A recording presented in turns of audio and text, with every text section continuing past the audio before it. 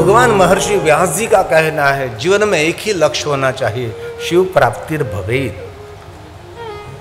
धन संपत्ति वैभव पुत्र पौत्र जरूरी है, हम लोग व्यवहारिक संसारिक हैं, लेकिन शिव महापुराण ग्रंथ का मंतव्य है हर मनुष्य का लक्ष्य एक ही होना चाहिए, शिव प्राप्तिर भवेत्। तो कैसे वो लक्ष्य तक पहुंचेंगे? तो वो श्रवण प्रीति ही लालचा।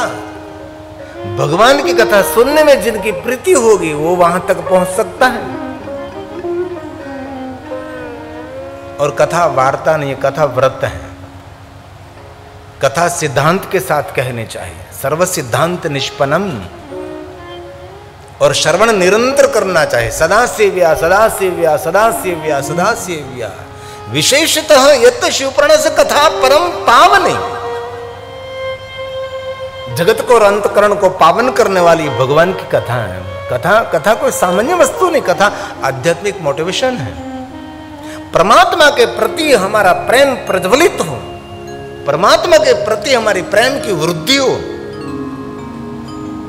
कथा को यज्ञ भी कहा, रासु यत पूर्णम यज्ञिष्टोम शते न च तत्पुण्यम लभते शंभु कथा श्रवण मात्रतः। दुनिया के सभी यज्ञों का फल कथा श्रवण मात्र से मिलता है।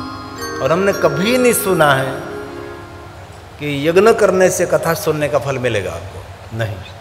कोई धुरंधर मूर्धन्य वक्ताओं के मुख से भी हमने सुना नहीं कि ये पूजा कर लो कथा सुनने का फल मिल जाएगा, ये यज्ञ कर लीजिए कथा सुनने का फल मिल जाएगा। लेकिन हमने बार बार बचपन से सुना है कि जो कोई कथा सुनता है उनको विश्व के सभी देवी देवताओं की पूजा का फल मिलेगा।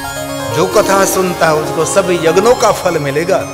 जो कथा सुनता है उसको सभी तीर्थों के यात्रा का फल मिलेगा। तीर्थ भूतमि तदगे हम वसताम पाप नाशनम कथा भवति यद्गृहे।